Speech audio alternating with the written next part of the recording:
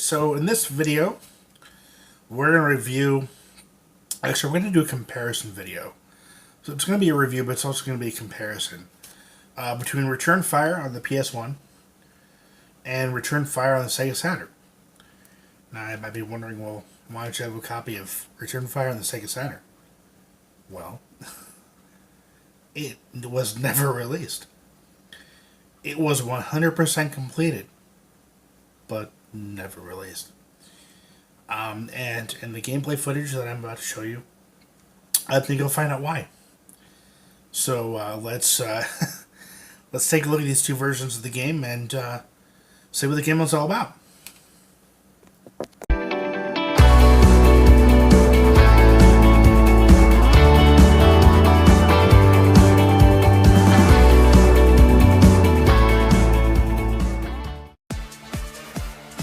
So we have Return Fire on the PS1. It's a military-style capture-the-flag game where you use tanks, helicopters, jeeps, and APC vehicles to take down enemy base defenses, and then find the flag, capture it, and bring it back to your base and win. The tanks are really good for taking down the turrets as well as the wall defenses.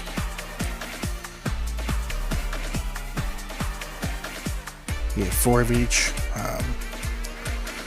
vehicle, and that's it. And the jeeps are the only vehicles that can capture the flag.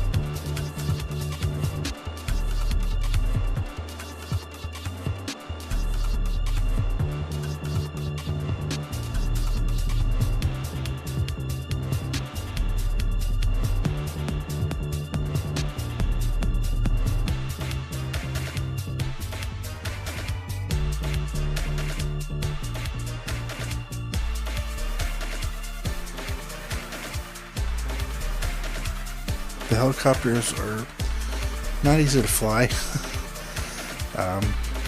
not easy to control.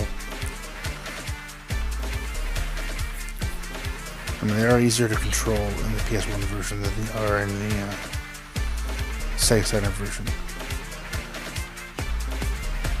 But they're really good for taking out turrets, wall defenses, taking out buildings, as long as you can maneuver them well enough. Obviously, I can't. And 1 helicopter down, 2 left. So I'm sorry, I get 3 of each vehicle, not 4, as I pray for this as stated.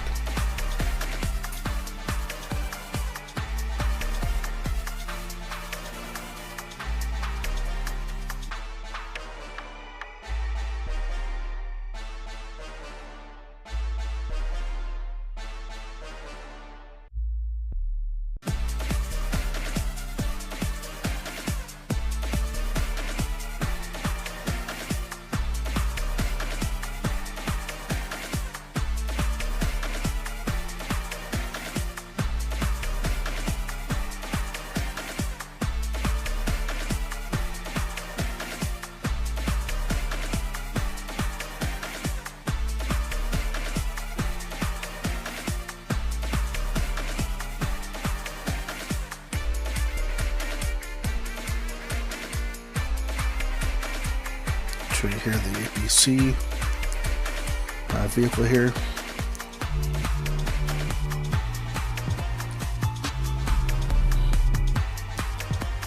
pretty good at taking down buildings and turrets. And it has a very high defense.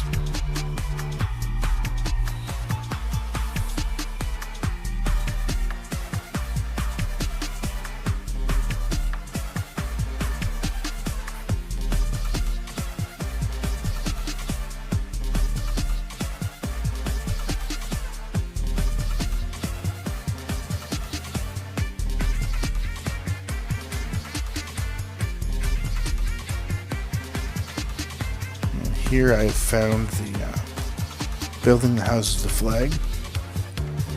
Now, the reason I didn't move here is because I actually got stuck. The the vehicle actually got stuck on the building,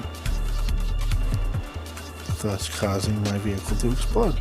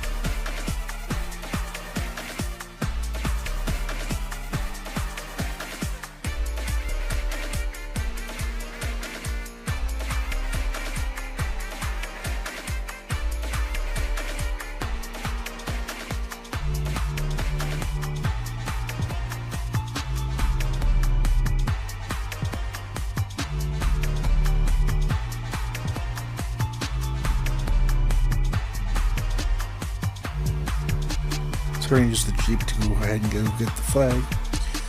The Jeeps are one hit and you're dead. And like I said, you lose the Jeeps, you lose the ability to capture the flag. Cool thing about the Jeep here is it does use pontoons, so you can actually go ahead and cross the bodies of water there, kind of neat. You do move a lot slower, however, it is kind of handy if you come up to a down bridge or just want to get from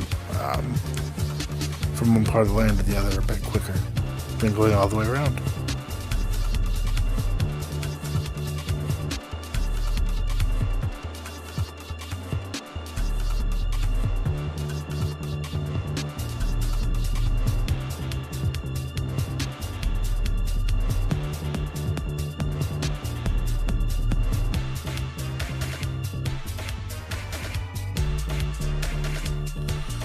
Okay, so I'm taking the flag back to the base. And like you can see there, it does have grenades you can throw at its defense. And there we go. Moving along here, we're going into the Saturn version of the game. This is me playing with my wife. As you can see here, the difference, one of the major differences here is you only have one vehicle per vehicle type. However, that's only what it shows. There are additional vehicles that it shows once you've actually lost a vehicle. So for instance, the Jeeps, you actually have, I think, 6 Jeeps. I think you have 3 or 4 of each of the other vehicles. What you'll notice with this game is that it does run a lot a lot less smooth. It's very jittery, very slow. That's not. It's not the way I'm capturing it. That is just the way that it plays, which I think is one of the major reasons that it was never released. And with the helicopters here, you can see it's the blades. The blade rotation is just not there. Not easy to control. But it's a lot of fun to play with more than one person, even if the game is just not that great.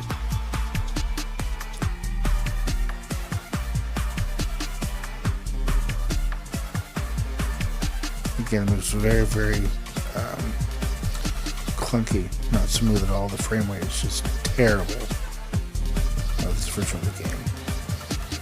You can see right there, it's like the blades aren't even spinning half the time.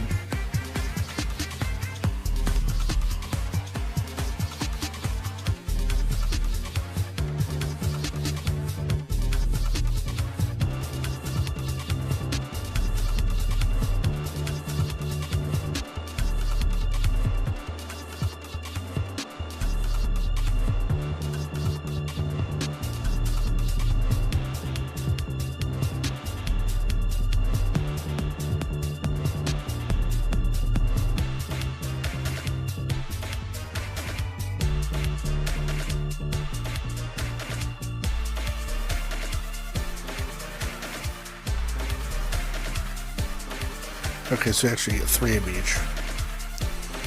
And then you got actually 8 Jeeps. So you get 3 of each vehicle and then 8, well, 3 of the tanks, 3 of the helicopters, 3 of the APCs, and then you get 8 Jeeps. It's kind of a nice variant change between the PS1 version of this version. It's one plus that it has over its PS1 counterpart.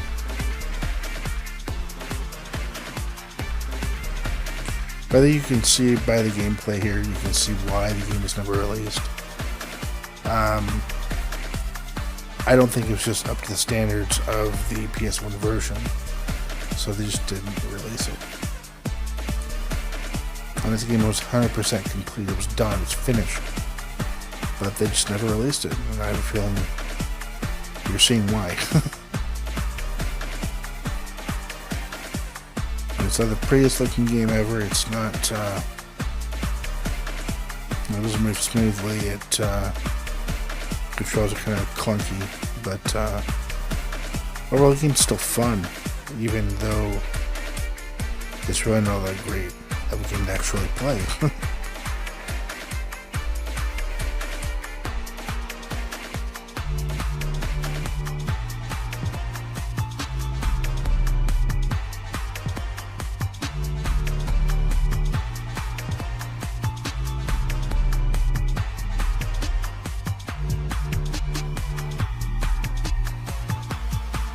See here, I'm using the pontoons of the Jeep there to get across the water because, like you see up there, the bridge is out.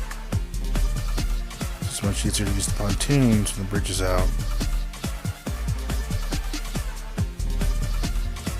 than it is to go all the way around.